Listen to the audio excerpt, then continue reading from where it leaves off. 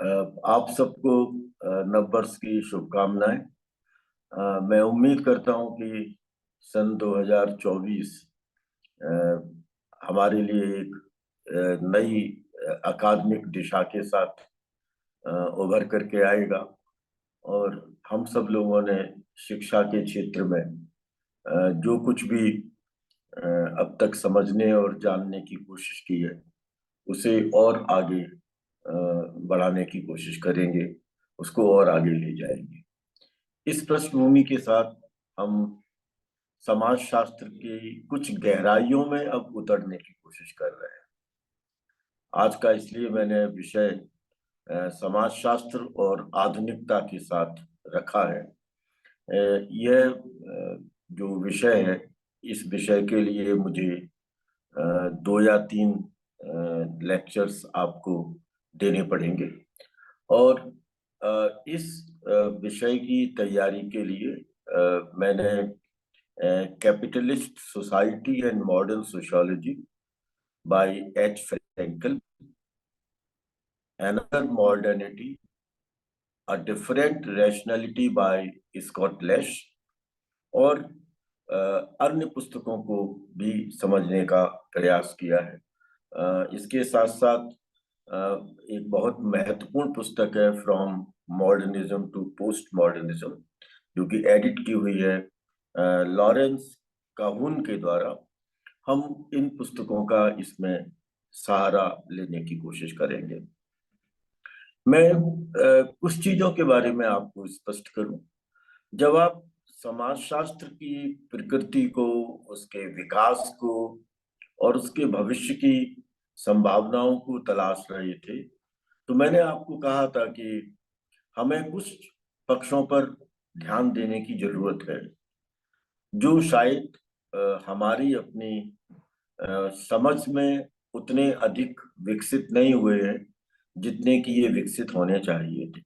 जैसे जो आपके दैनिक अनुभव हैं, उन दैनिक अनुभवों के साथ आप क्या कारण जोड़ते हैं, उस अनुभव को ग्रहण करने के पीछे क्या कारण रहा है, और वह अनुभव आगे चल करके किस परिणाम की संभावना को जन्म दे रहा है। एक तो ये हमको समझने की जरूरत है। दूसरा ये कि हमें ऐतिहासिक, राजनीतिक और सांस्कृतिक दृष्टियों को एक साथ जोड़ने की जरूरत है। जैसे हमारे अनुभव कहीं ना कहीं किसी अतीत के साथ जुड़े हुए होते हैं। हमारे अपने अनुभवों की एक राजनीति होती है। वे वह राजनीति राष्ट्रीय, अंतर्राष्ट्रीय स्तर से लेकर के और परिवार के क्षेत्र में, नातेदारी के क्षेत्र में पनपी हुई जो पारिवारिक राजनीति है, उन सब से जुड़ जाती है। और इसके साथ साथ हमारे अपने अनुभव कहीं ना कहीं किसी सांस्कृतिक पक्ष को भी हमारे सामने लाते हैं, जिसमें नियम है, प्रतिमान है, हमारी अपनी सौंदर्यात्मकता है। कई तरह की चीजें हैं जो एस्थेटिक्स के साथ जुड़ी हुई हैं, मटेरियल और नॉन मटेरियल डायमेंशंस के साथ जुड़ी हुई हैं। ये सब इसमें आती है। फिर इन सब के साथ साथ हमको ये भी देखना पड़ता है कि हमारी अपनी जो संस्कृति है उसके अपने आर्थिक पक्ष क्या हैं, और आर्थिक पक्षों से वह संस्कृति कैसे बनी है। हमारी राजनीतिक और ऐतिहासिक पक्ष क्या है, उससे संस्कृति कैसे बनी है, और संस्कृति ने उस राजनीतिक और ऐतिहासिक पक्षों को कैसे प्रभावित किया है, और इस प्रभाव से हमारे अनुभव क्या शेप लेते हैं, उन सबको भी हमें जानने की जरूरत है। अगर आप और थोड़ा सा इसकी गहराई में जाएंगे तो आपको दार्शनिक पक्षों को देखना पड़ेगा और साहित्यिक विधा को देखना पड़ेगा। इसके साथ साथ तार्किक कल्पनाशीलता को भी हमें देखना पड़ता है। ये बहुत महत्वपूर्ण बात है।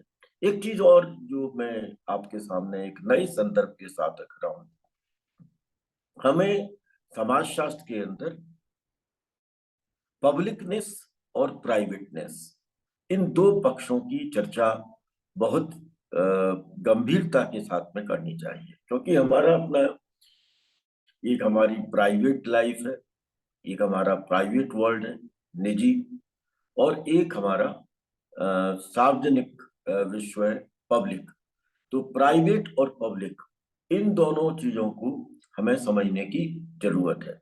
मैं इसको थोड़ा और आगे ले जा रहा हूँ विभिन्न पुस्तकों के अध्ययनों के आधार पर, कि जो प्राइवेटनेस, प्राइवेट से प्राइवेटनेस की तरफ हम जा रहे हैं और पब्लिक से हम पब्लिकनेस की तरफ जा रहे हैं। अब आप का स्वाभाविक है कि ये जिज्ञासा होगी कि प्राइवेटनेस और पब्लिकनेस को हम कैसे समझने की कोशिश करें। तो जब हम प्राइवेटनेस की बात करें तो देखिए, वैसे तो मैंने कहा कि ये हमारा निजी विश्व है, लेकिन जब हम प्राइवेट की बात करेंगे तो उसके अंदर प्राइवेट प्रॉपर्टी भी आती है, निजी संपत्ति भी आती है, प्राइवेट एंटरप्राइजेस जो निजी दुकानें हैं, निजी उद्योग हैं, निजी उद्यमशीलता है, वो आती है। हम बहुत सी जगहों पर अपने जो घनिष्ठ लोग हैं, बहुत नजदीकी लोग हैं जिनके साथ हमारी इंटीमेसी है, हम उनसे अपने प्राइवेट पार्ट्स को लेकर के बहुत सारी चर्चाएं करते हैं। जब हम विभिन्न स्थितियों में होते हैं, जब किसी प्रकार की कोई सिकनेस होती है, किसी प्रकार की कोई डिजीज होती है, तो हम बात करते हैं। उन सब पक्षों को अगर हम एक साथ जोड़ दें तो वो प्राइवेटनेस के कंसेप्ट की रचना करती है। ठीक इसी तरह से जब हम पब्लिकनेस की बात करें, सार्वजनिकता की बात करें, तो उसमें पब्लिक प्लेसेस आ जाती हैं, उसमें पब्लिक ऑफिशियल्स आ जाती हैं, उसमें पब्लिक ओपिनियंस आ जाती हैं, उसमें पब्लिक इंटरेस्ट आ जाते हैं। हमारे अपने सार्वजनिक हितों के साथ क्या संबंध है, एक जनमत हमारे सामने किस प्रकार का है, जो हमारे विभिन्न ब्यूरोक्रेट्स हैं, पॉलिटिशियंस हैं और अन्य जो पदों पर बैठे हुए लोग हैं, वो किस प्रकार की कार्यवाही करते हैं, वो किस प्रकार से नीतियों का संचालन करते हैं, और सार्वजनिक स्थल, उनके बारे में, इन सब से मिलकर के पब्लिकनेस का कंसेप्ट है। मुझे ये लगता है कि ये जो पब्लिकनेस है और ये जो प्राइवेटनेस है, इन दोनों की जो रिलेशनशिप है, इनका जो अपना संबंध है, उस संबंध को, उसके कंट्रोडिक्शंस को, उनके बीच के जो कोऑर्डिनेटेड रिलेशनशिप है, जो उनके अपने सहयोग मूलक या समन्वय मूलक संबंध है, उन सबको समझने की जरूरत है। मुझे एक चीज और लगती है जब मैं इन सब पक्षों को देखने का प्रयास करता हूँ, कि ये जो पब्लिकनेस है और प्राइवेटनेस है, ये हमारे सामाजिक जीवन की संरचना को निर्मित करते हैं।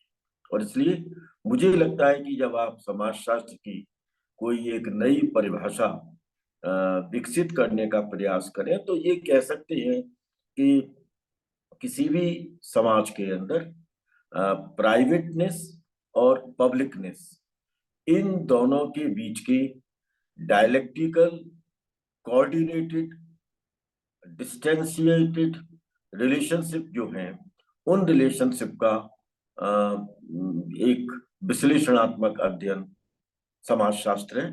और इन्हीं दोनों पक्षों के ये जो कोऑर्डिनेटेड रिलेशनशिप है, जो इनके कंट्रोडिक्टरी रिलेशनशिप है, जो इनके डिस्टेंस बेस्ड रिलेशनशिप है, इन सबको अगर हम अध्ययन करें तो कैसे हमारी सामाजिक संरचना निर्मित होती है, कैसे हमारी सामाजिक व्यवस्थाएं अस्तित्व में आती हैं, कैसे हमारी सामाजिक संस्थाएं अस्तित्व में आती हैं, कैसे हमारी सामाजिक प्रक्रियाओं के संचालन होते हैं। ये जो दोनों पक्ष हैं, प्राइवेटनेस के और पब्लिकनेस के, ये हमारे सामाजिक जीवन में कितने फंक्शनल हैं, कितने प्रकार्यात्मक हैं, ये कितने डाई फंक्शनल हैं। और इन दोनों से हम ये देखें कि हमारी अपनी जो एक जिसको हमने कहा पीपल्स इंस्टीट्यूशंस, जैसे भारतीय संदर्भ में जाति है, धर्म है, परिवार है, नातेदारी है, हमारे व्यवहार हैं, हमारी क्रियाएं हैं, हमारी आकांक्षाएं हैं, इन सब के नियमन में, इन सब की रेगुलरिटी में, इन सब के सामने किसी तरह की विमति और असहमति में, ये प्राइवेटनेस और पब्लिकनेस किस तरह से अपना रोल प्ले करती है, इन सबको हमें समाजशास्त्र के अंदर समझने की जरूरत है। और जब हम इन सबको समझने का प्रयास करते हैं तो ट्रेडिशनलिटी और मॉडर्निटी के सवाल हमारे सामने आ जाते हैं। मैं एक चीज और भी देख रहा था कि जब हम elementary forms of religious life, Durkheim की जो बहुत महत्वपूर्ण पुस्तक है, उसको अगर थोड़ा इस दृष्टिकोण से पढ़ने की कोशिश करें तो मुझे लगता है कि दुर्खाइम ने जो सेक्रेड और प्रोफेन का जो कंसेप्ट दिया था, या हमारे यहाँ पर भारतीय सामाजिक व्यवस्था में जो प्योरिटी और पॉल्यूशन का जो कंसेप्ट है, पवित्रता और अपवित्रता का, उन उन कंसेप्ट्स के बीच के संबंध को और उनके बीच के कंट्रोडिक्शंस को समझने के लिए भी प्राइवेटनेस और पब्लिकनेस को समझने की जरूरत है। अब ये प्राइवेटनेस और पब्लिकनेस किस तरह से एक दूसरे के विरोधी हो जाती है? क्या ये बाइपोलर है? क्या ये मल्टीपोलरिटी में रखते हैं? और हम कैसे प्राइवेट से पब्लिक की तरफ मूव करते हैं और पब्लिक से प्राइवेट की तरफ मूव करते हैं, ये जो मूवमेंट है, इन मूवमेंट को भी हमें समझना चाहिए। हमारा अपना कोई एक निजी जीवन है, उस निजी जीवन के अंदर हम दूसरों के हस्तक्षेप नहीं होने देते। तो जो एसेस है, जो हमारी अपनी पकड़ है, जो हमारी पहुंच है सूचनाओं को लेकर के या सोर्सेस को लेकर के, वो प्राइवेट में क्या होगी, वो पब्लिक में क्या होगी? कौन सी एजेंसीज हैं जिनको कि हम इसमें इस्तेमाल करने की कोशिश करते हैं? प्राइवेट है तो कौन सी एजेंसी है? हमारे अपने पेरेंट्स हैं, हमारे अपने बच्चे हैं, या हमने जिनको अपने बहुत निजी जीवन के अंदर शामिल कर रखा है, वो है। और अगर पब्लिकनेस में है तो कौन से पॉलिटिशियंस हैं, कौन से ब्यूरोक्रेट्स हैं, कौन से इंस्टीट्यूशंस हैं, कौन से ऑफिशियल्स हैं, इनको हम देखें। और हमारे अपने इंटरेस्ट क्या हैं, हमारे अपने हित क्या हैं, निजी जीवन के हित क्या हैं, उन हितों को हम अपने दृष्टिकोण से समझने की कोशिश करें, या जो निजित्व का निर्माण करने वाले ढांचे हैं उनके अंतर्गत समझने का प्रयास करें, या फिर हम ये देखें कि जो हमारे इंटरेस्ट हैं वो किस तरह की पब्लिक इंटरेस्ट है, सार्वजनिक हित हमारे कौन से हैं। उन सबको हमें समाजशास्त्र के विश्लेषण के अंदर शामिल करने की जरूरत है, ऐसा मुझे लगता है। और इसलिए ट्रेडिशनलिटी और मॉडर्निटी के सवाल हमारे लिए बहुत महत्वपूर्ण हो जाते हैं। समाजशास्त्र का जो जन्म है और समाजशास्त्र का विकास है, ये हम लोगों ने पहले भी चर्चा की कि एनलाइटनमेंट के साथ जुड़ा हुआ है, ये नव जागरण के साथ जुड़ा हुआ है, ये फ्रांस की क्रांति के साथ जुड़ा हुआ है, ये वैज्ञानिक क्रांतियों के साथ जुड़ा हुआ है, ये औद्योगिक क्रांति के जो विभिन्न पक्ष हैं उनके साथ भी जुड़ा हुआ है। और जब हम ये एनलाइटनमेंट को लेते हैं, जब हम साइंटिफिक रिवॉल्यूशंस को लेते हैं, जब हम इंडस्ट्रियल रिवॉल्यूशंस को लेते हैं, जब हम विभिन्न प्रकार की वो क्रांतियां जो कि कृषि के क्षेत्र में हम लोगों ने चर्चा की थी, व्यवसाय के क्षेत्र में की, टेक्नोलॉजी के क्षेत्र में की, इतनी सारी जो क्रांतियां हुई हैं, इन क्रांतियों ने समाजशास्त्र के जन्म को और समाजशास्त्र के विकास को सुनिश्चित किया है। हमने पहले भी एक बार ये संकेत दिया था कि फ्रांस की क्रांति का अगर वो परिणाम नहीं होता जो परिणाम हमें देखने को मिला, यानी सामंतवाद की कमोबेश समाप्ति और राजा के शासन के स्थान पर जनमत और जन आकांक्षाओं से निर्मित होने वाला शासन, अगर ये नहीं होता तो शायद समाजशास्त्र की वह शेप उभर करके नहीं आती। और इसलिए मुझे लगता है कि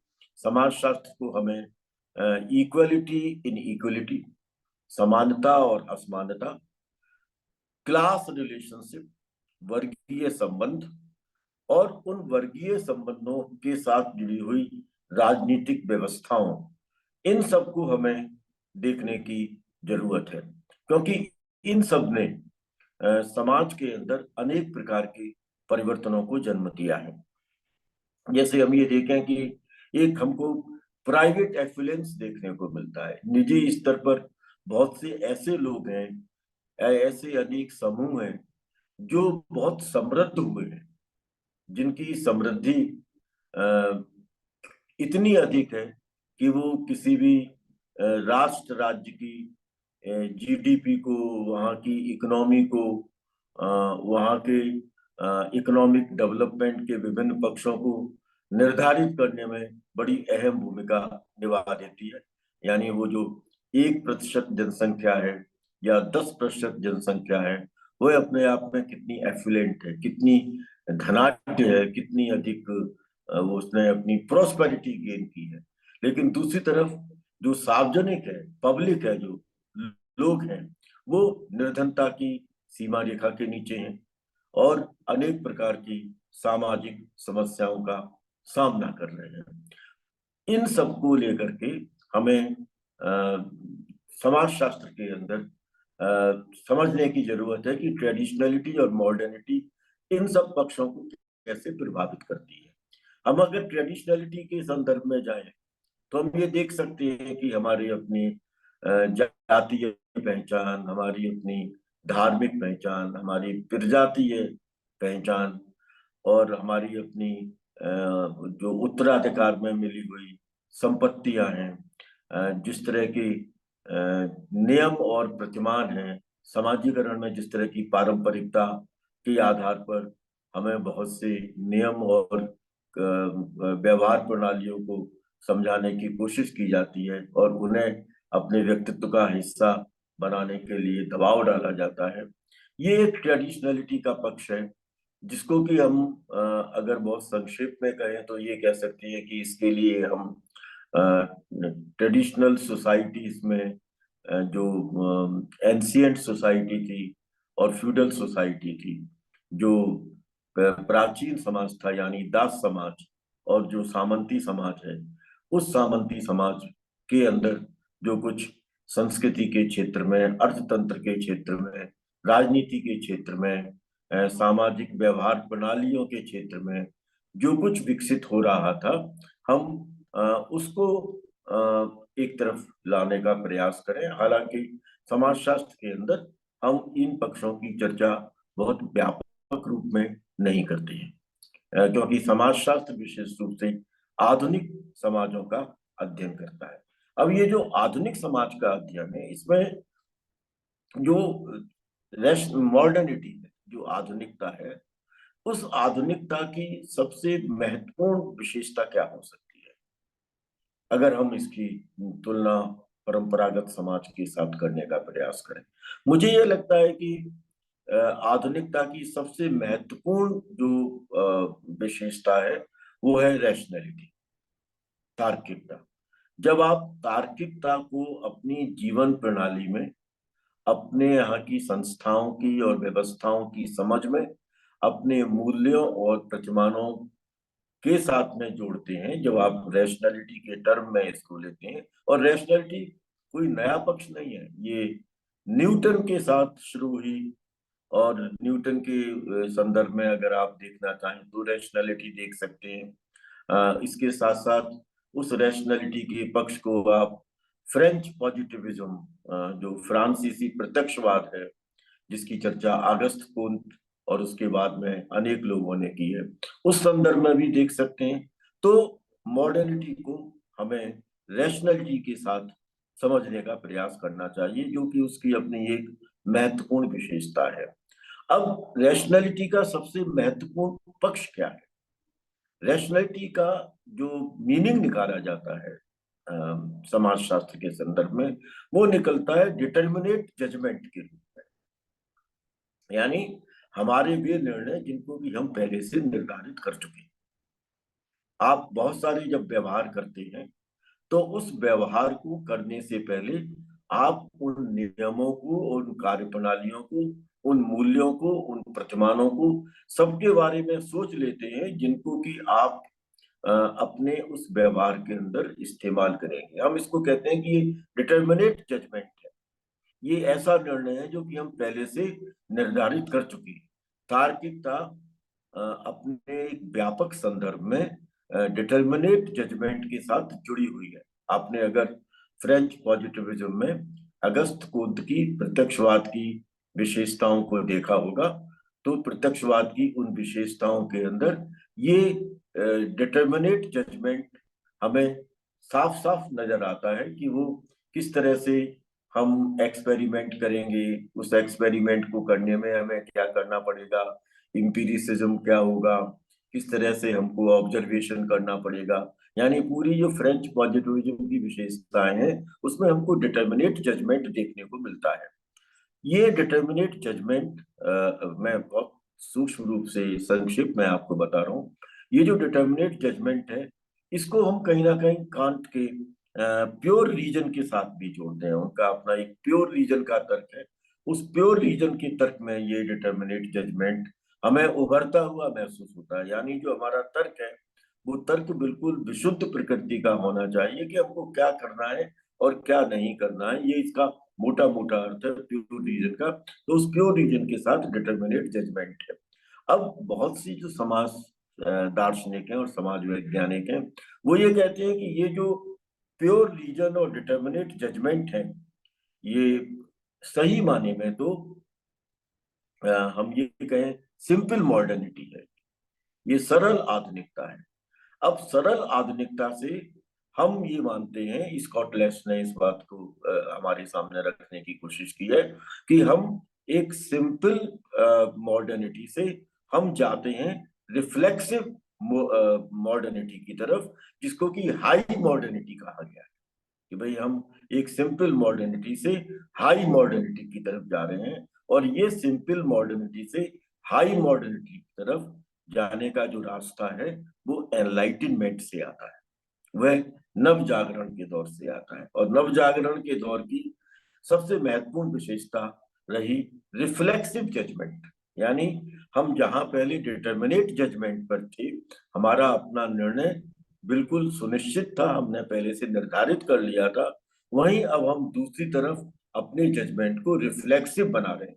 एक हम इसका उदाहरण ले लें, हम किसी व्यवहार को करने से पहले उन नियमों को निर्धारित कर ले जिन नियमों के निर्धारण पर हमको वो व्यवहार करना है, और दूसरा हम जो व्यवहार कर रहे हैं उस व्यवहार की उपादेयता क्या होगी, उस व्यवहार की प्रकार्यात्मकता क्या होगी, उस व्यवहार के परिणाम क्या होंगे, इन सबको ध्यान में रखते हुए नियमों की खोज कर।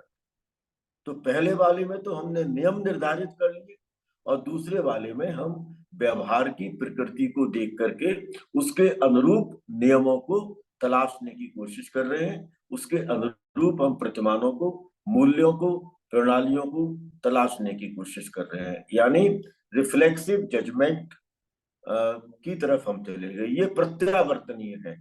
प्रत्यावर्तन का मतलब होता है हम प्रतिक्रिया कर रहे हैं, ठीक उसी तरह की ये प्रतिक्रियाएं हो जाती हैं।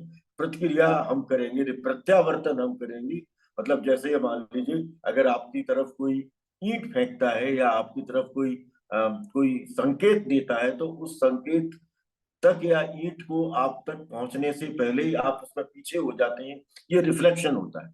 ठीक इसी तरह से हम जब कोई व्यवहार कर रहे हैं तो उस व्यवहार को करने से पहले हम किन नियमों की तलाश कर रहे हैं, उन नियमों को देख लें, उन नियमों के आधार पर व्यवहार करें, तो वो डिटर्मिनेट जजमेंट हो गया। और हम व्यवहार की उपादेयता को ध्यान में रख करके नियमों की तलाश करें और उन्हें लागू करें, तो वो रिफ्लेक्सिव जजमेंट हो गया। मुझे लगता है कि ये जो एनलाइटनमेंट है, ये एनलाइटनमेंट नव जागरण का जो पूरा दौर है, ये नव जागरण का पूरा दौर रिफ्लेक्सिव जजमेंट के ऊपर ज्यादा आधारित है। ये जो डिटर्मिनेट जजमेंट है उसके ऊपर बहुत कम आधारित है, हालांकि उसकी शुरुआत वहां से की जाती है। हमें समाजशास्त्र के अंदर विशेष रूप से ये जो एक सिंपल मॉडर्निटी और रिफ्लेक्सिव मॉडर्निटी है, इन सब के बीच के अंतर को स्थापित करने की जरूरत होनी चाहिए। और जब हम इन दोनों के अंतर को स्थापित कर पाएंगे तो उस स्थापना के साथ हम समाजशास्त्र को नई दिशा की तरफ ले गए हैं। मार्क्स, दुर्खाइम, मैक्स वेबर, अगस्त कोंत से लेकर के और आगे तक ये जो मॉडर्निटी का पार्ट है, इस मॉडर्निटी के पार्ट में हमें बहुत सारी चीजों को मूल्यांकित करने की आवश्यकता पड़ेगी। हम इसमें स्पेस को तलाशें, क्षेत्र को तलाशें, हम इसमें सोशल सिस्टम्स की तलाश करें, हर स्पेस के अंदर सोशल सिस्टम्स कैसे हैं इनको तलाशें। उन सोशल सिस्टम्स में यानी सोसाइटी में, हर सोसाइटी के अंदर हमारी एक्सपीरियंस के लेवल्स अलग अलग हैं, तो हम उन एक्सपीरियंस को तलाशें, उन जजमेंट्स को तलाशें और ऑब्जेक्ट्स को तलाशें। जब हम इन सारे पक्षों के उद्देश्यों को तलाशें, जब हम इन सब की चर्चा करेंगे, तो हमको लगता है कि हम प्री मॉडर्निटी और मॉडर्निटी इन सारे पक्षों को समझने की कोशिश कर सकते हैं।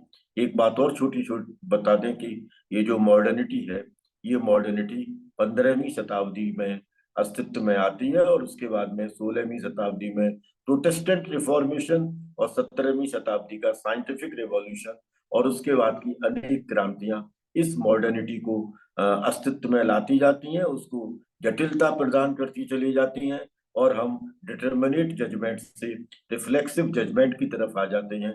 और इस प्रकार की ये जो प्रक्रिया है, यानी रिफ्लेक्सिव मॉडर्निटी के आधार पर और सिंपल मॉडर्निटी के आधार पर, यह समाजशास्त्र के विकास का, समाजशास्त्र की प्रकृति के निर्धारण का, उसकी विषय वस्तु का और उसके स्कोप को सुनिश्चित करने का प्रयास करती है और उसे एक नई शेप देती चली जाती है। आगे का जो लेक्चर होगा उसमें वो शेप कैसे प्राप्त हुई है और इन मॉडर्निटी ने कैसे किस तरह के प्रभाव डाले हैं, इसके बारे में हम लोग चर्चा करने की कोशिश करेंगे और इसको किसी एक मुकाम तक पहुंचाने का प्रयास करेंगे। आपको बहुत बहुत धन्यवाद और मैं उम्मीद करता हूं कि आपके जेहन में अनेक सवाल होंगे, उन सवालों को भी आप पूछ सकते हैं, उनका उत्तर मैं देने की कोशिश करूंगा। मैं आपसे बार बार ये रिक्वेस्ट कर रहा हूँ। Thank you very much.